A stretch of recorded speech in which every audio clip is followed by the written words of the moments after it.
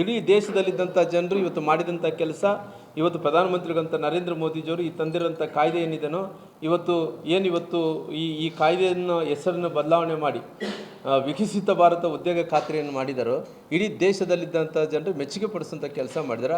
ಕಾಂಗ್ರೆಸ್ ಅವ್ರಿಗೆ ಏನಂದ್ರೆ ಆವತ್ತಿನ ಸಂದರ್ಭದಲ್ಲಿ ಭ್ರಷ್ಟಾಚಾರ ಮಾಡ್ತಿದ್ವಿ, ಭ್ರಷ್ಟಾಚಾರದ ಜೊತೆಲಿ ಇವತ್ತು ಎಲ್ಲರಿಗೂ ಕೆಲಸ ಕೊಡ್ತಿದ್ವಿ. ಮಹಾತ್ಮ ಗಾಂಧಿಯವ್ರ ಹೆಸರಿತ್ತು, ಹೆಸರು ಬದಲಾವಣೆ ಮಾಡಿದಾರೆ.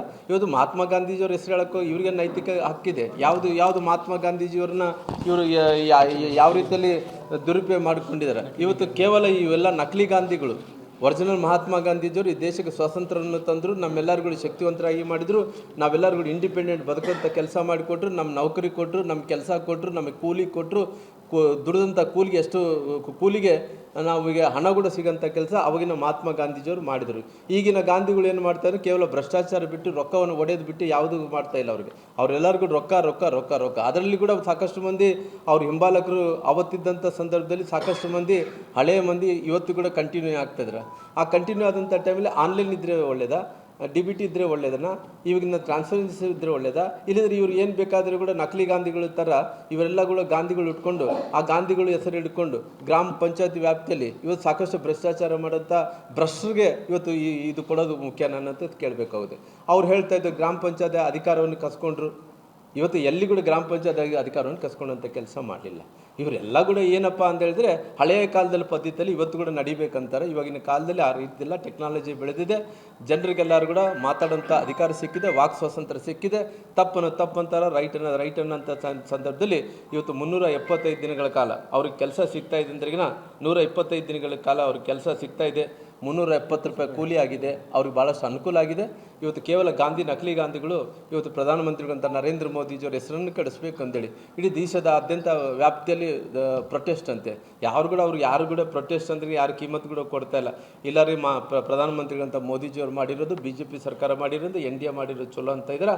ಹಂಗಾಗಿ ಇವೆಲ್ಲ ಕೂಡ ಬೋಗಸ್ ಗಿರಾಕಿಗಳು ಭಾಳ ದಿನಗಳ ಕಾಲ ಉಳಿಯಲ್ಲ. ಕೇವಲ 3 ರಾಜ್ಯಗಳಲ್ಲಿ 3 ಪಂಗನಾಮ ಇಟ್ಕೊಂಡು ಕುಂತಾವ. ಆ 3 ರಾಜ್ಯಗಳಲ್ಲಿ ಮುಗಿದ್ರೆ ಇವರು ಭಾರತ ದೇಶದಲ್ಲಿ ಎಲ್ಲಿ ಕೂಡ ನೆಲೆ ಕೂಡ ಇರಲ್ಲ. ಇವರು ಬೇರೆ ಸಮಿತಿಗಳು ಕಿತ್ಕೊಂಡು ಹೋಗ್ತಾರೆ. ನಾವು ಭಾಳ ಸರಿ ಮಾತಾಡೋಂಥ ಟೈಮಲ್ಲಿ ಹೇಳ್ತೀವಿ, ಕರ್ನಾಟಕದಲ್ಲಿ ಬೇರೆ ಸಮಿತಿಗಳು BJPಯನ್ನು ಕಿತ್ತಾಕನ, ಇದು ಕಾಂಗ್ರೆಸ್ಸನ್ನು ಕಿತ್ತಾಕನಂತಿದ್ವಿ.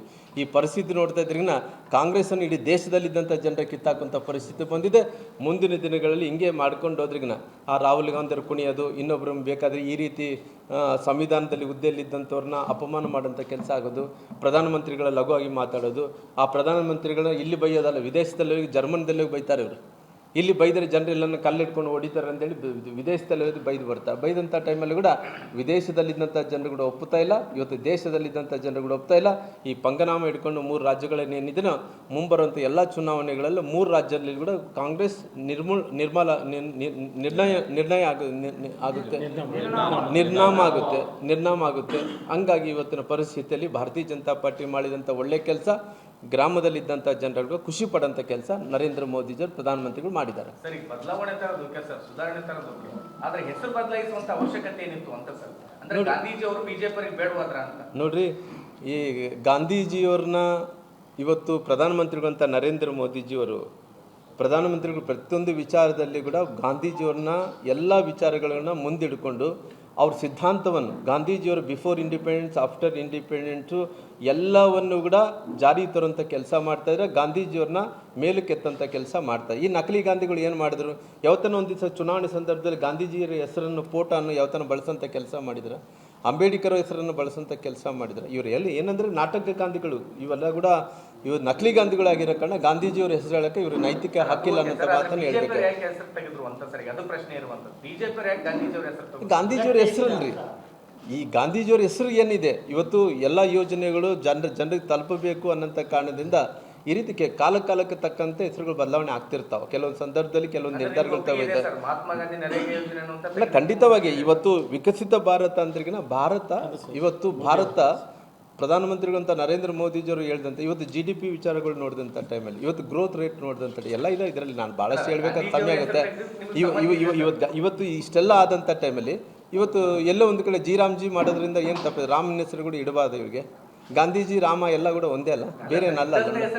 ನಾವೆಲ್ಲರೂ ಕೂಡ ನೋಡ್ರಿ ಕಣ್ಣಿಗೆ ಕಾಣಂಥ ದೇವರು ಗಾಂಧೀಜಿಯವರು, ಕಣ್ಣಿಗೆ ಕಾಣಲಾರ್ದಂಥ ದೇವರು ರಾಮ.